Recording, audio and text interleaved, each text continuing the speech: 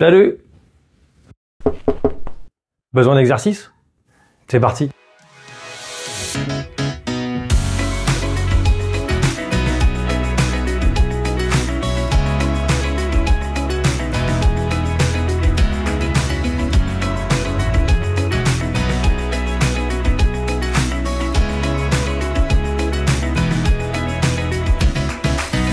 Aujourd'hui, on s'intéresse à la cheville avec un niveau intermédiaire moyen, suffisamment longue pour être efficace et pas trop courte non plus pour ne pas décrocher en chemin. On va te conseiller cette routine si tu as des raideurs dans cette zone, celle du mollet ou encore du pied. Si tu as des antécédents non récents d'entorse par exemple, avec des petites raideurs qui vont et qui s'en vont. Et également pour un sport que tu pratiquerais dans lequel tes appuis sont bien sollicités, beaucoup de sport du coup. Ou encore pour ajouter quelques exercices et une routine plus globale, quelque chose de plus holistique. Par contre, on te déconseille de poursuivre cette vidéo pour des entorses récentes ou des douleurs trop importantes à ce niveau. Pourquoi? Parce que ça nécessite peut-être de se rapprocher plutôt d'un professionnel qui saura te guider au mieux. Et d'ailleurs à ce propos, cette routine, comme toutes les autres qu'on propose, ne remplace pas la consultation d'un professionnel, mais ça peut être un bon complément. Donc n'hésite pas à en parler directement à ton praticien pour voir si c'est adapté à la situation. Pour ce qui va suivre, mets de préférence une tenue de sport, une tenue confortable et plutôt souple.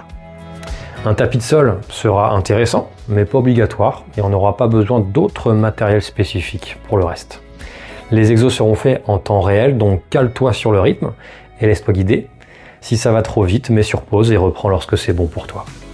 On va tenter de te donner de courtes explications théoriques sur ce qu'on est en train de faire, des explications qui seront vulgarisées et que tu pourras assimiler tranquillement tout en travaillant ta mobilité.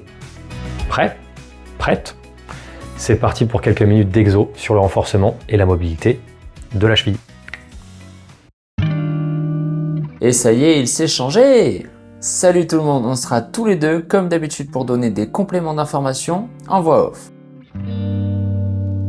On va marcher sur la pointe des pieds dans un premier temps pour chauffer un peu la zone et pour se rendre compte si déjà c'est facile ou s'il y a un peu de travail. On peut faire 2 petits allers-retours sur la distance du tapis. Hop là, coup de vent chez Alex, coup de vent.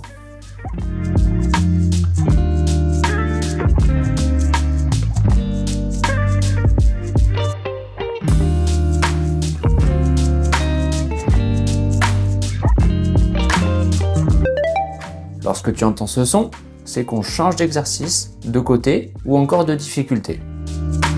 On continue avec une marche sur les talons. Pareil, 2 petits allers-retours.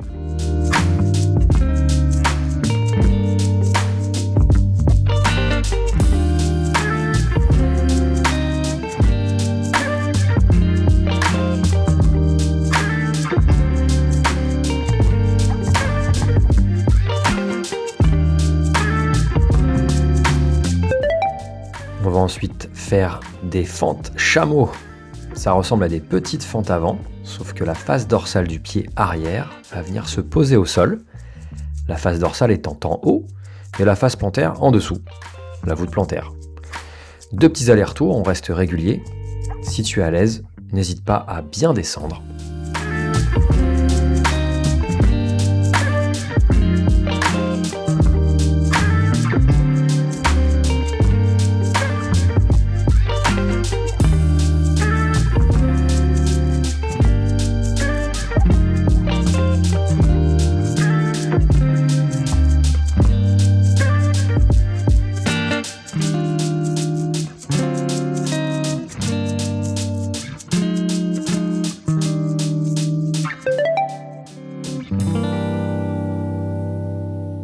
On continue sur notre lancée en basculant des pointes au talon successivement et simultanément.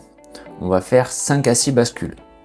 Avec cet échauffement, on a bien travaillé sur les flexions dorsales et plantaires de notre pied avant de passer à un exercice où on va initier d'autres mouvements.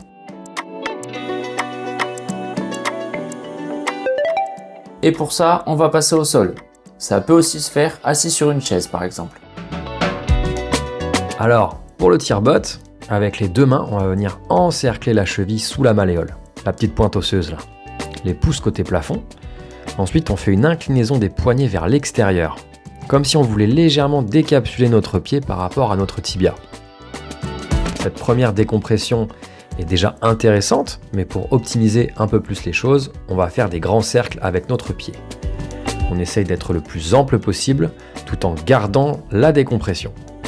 Ça va chauffer rapidement, on va faire 5 cercles dans un sens, puis dans l'autre, et la même chose de l'autre côté.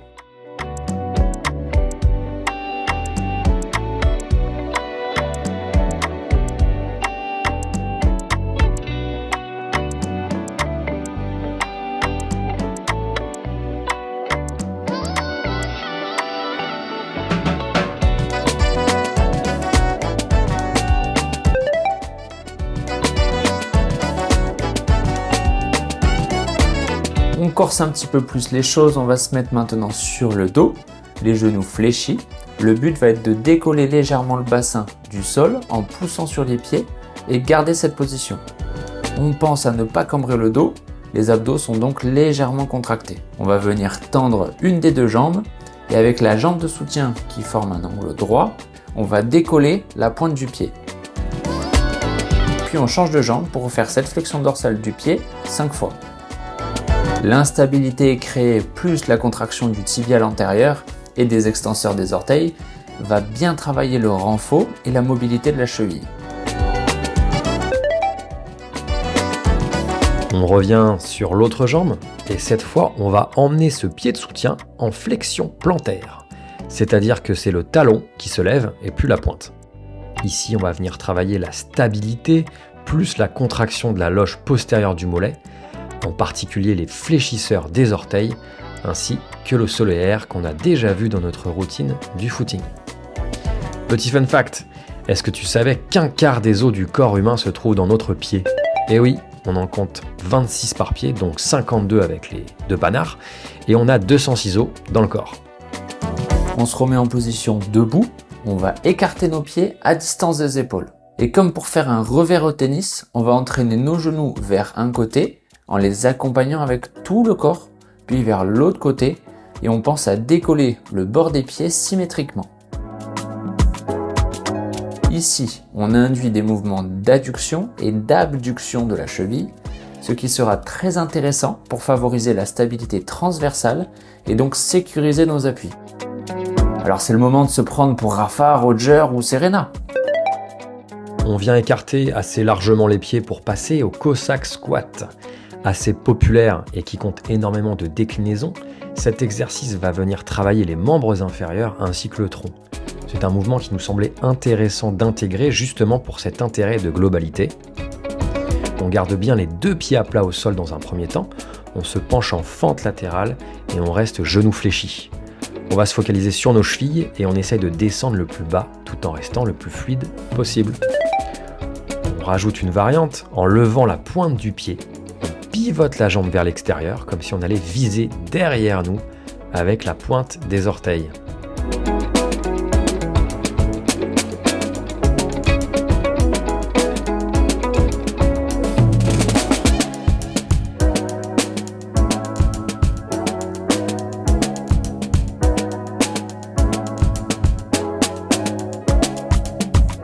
On passe au squat asiatique, qu'on adore, car il va nous pousser à aller chercher nos flexions maximales sur les principales articulations du membre inférieur.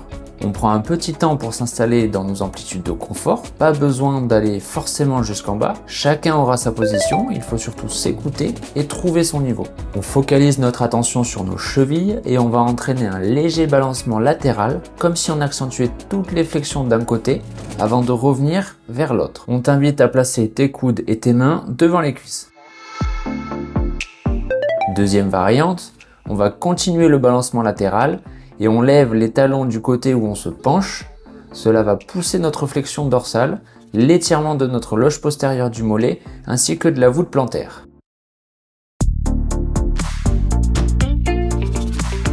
Alors, ça commence à chauffer là, non ?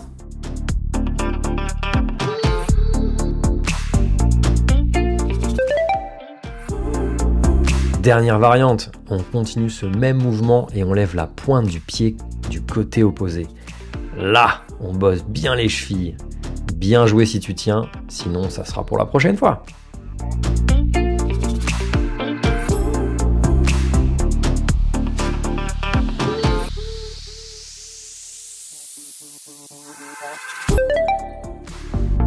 vient poser les tibias au sol et on va effectuer le mouvement du balancier. On prend le temps de se placer au milieu de notre tapis et on va se pencher légèrement en arrière en tentant de poser les poings fermés au sol. On gaine les abdos, on ne cambre pas, on part en avant main à plat, on lève légèrement nos pieds pour crocheter le sol, on pousse sur nos bras pour se mettre en appui sur les pieds, on pousse loin avant de revenir, on repose les pieds face dorsale au sol et on repart en arrière point fermé.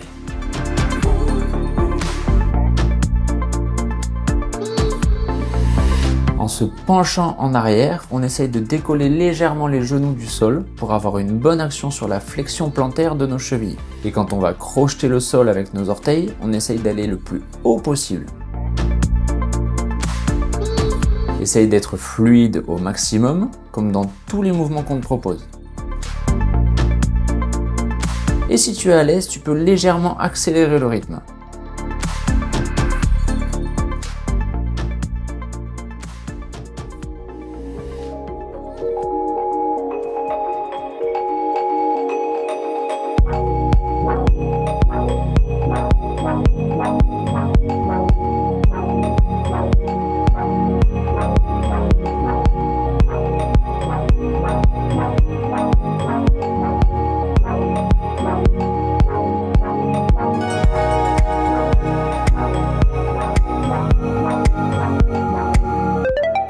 On va venir pousser le mouvement qu'on vient de faire vers l'arrière avec le manual. Donc on se place sur nos poings et on va lever successivement le genou droit, le gauche, comme si on voulait gagner en amplitude.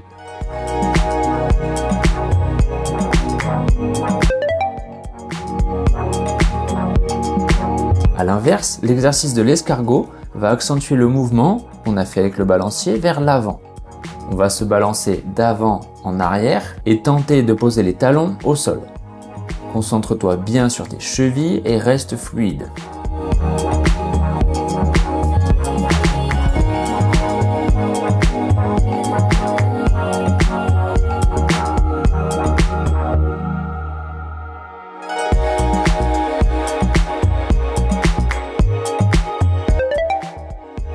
Puis, on va partir vers la gauche et la droite pour le dernier mouvement de cette routine.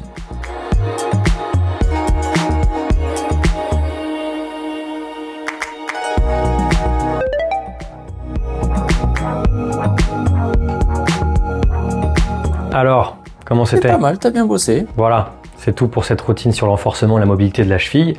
Comme on te l'a dit en intro, on s'est calé sur un niveau plutôt moyen. On peut faire dès qu'on sent une raideur, une petite gêne, ou dans un objectif d'avoir un peu plus d'aisance sur ce segment.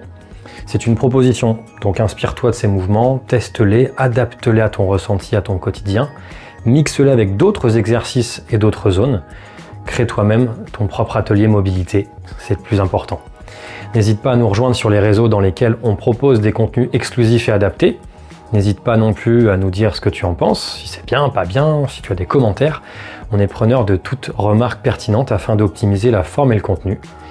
On se retrouve vite pour travailler une autre zone ou un thème spécifique avec différents niveaux. En attendant, moi je vais remettre un peu d'ordre ici. D'ici là et la prochaine fois, porte-toi bien et n'oublie pas d'être acteur de ta santé pour te sentir de mieux en mieux chaque jour. À bientôt.